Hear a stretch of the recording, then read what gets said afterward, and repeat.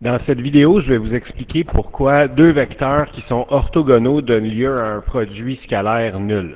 Donc ici, je fais exprès pour partir avec deux vecteurs qui ne sont pas orthogonaux. Juste pour revenir en arrière puis vous montrer c'est quoi l'interprétation géométrique d'un produit scalaire.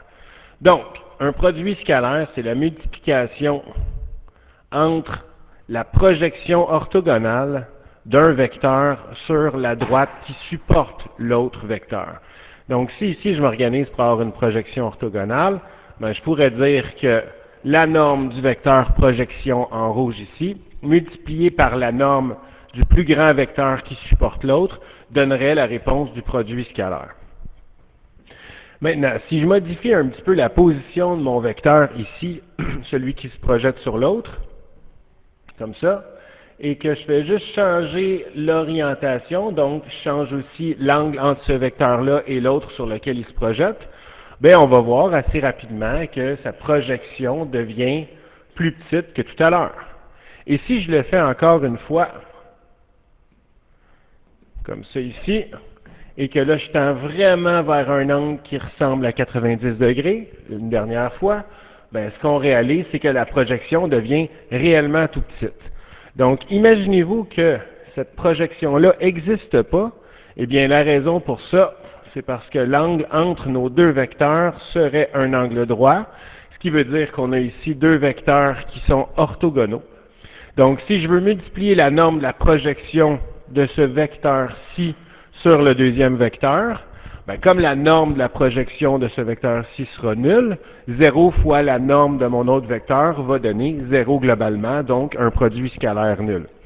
Ce qui fait que si on vous demande de calculer le produit scalaire entre deux vecteurs et que la réponse donne 0, c'est nécessairement que nos deux vecteurs sont orthogonaux.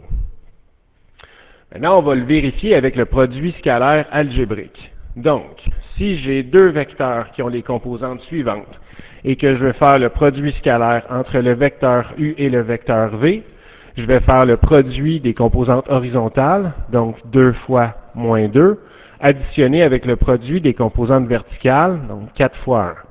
2 fois moins 2 donne moins 4, 4 fois 1 donne 4, moins 4 plus 4 donne 0. Donc là, ce qu'on peut supposer, c'est que si le produit scalaire de nos deux vecteurs donne 0, ça devrait dire que nos deux vecteurs sont orthogonaux, donc il existe un angle entre leurs deux orientations qui est soit égal à 90 degrés ou à 270 degrés. On va le vérifier avec le plan cartésien à droite. Donc, je vais aller positionner mon premier vecteur, le vecteur U qui a comme composante 2, 4, puis je vais m'organiser pour que l'origine de ce vecteur-là coïncide avec l'origine du suivant. Donc, je choisis l'origine du plan cartésien.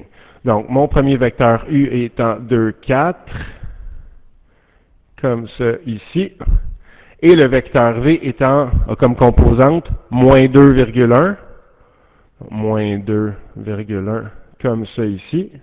Et graphiquement, même assez rapidement, on peut remarquer que l'angle entre nos deux vecteurs est un angle droit, donc aussi que nos deux vecteurs sont orthogonaux. Donc, qu'on ait nos deux vecteurs en orientation avec leurs normes ou qu'on ait nos deux vecteurs à partir de leurs composantes, le produit scalaire entre deux vecteurs orthogonaux sera toujours nul.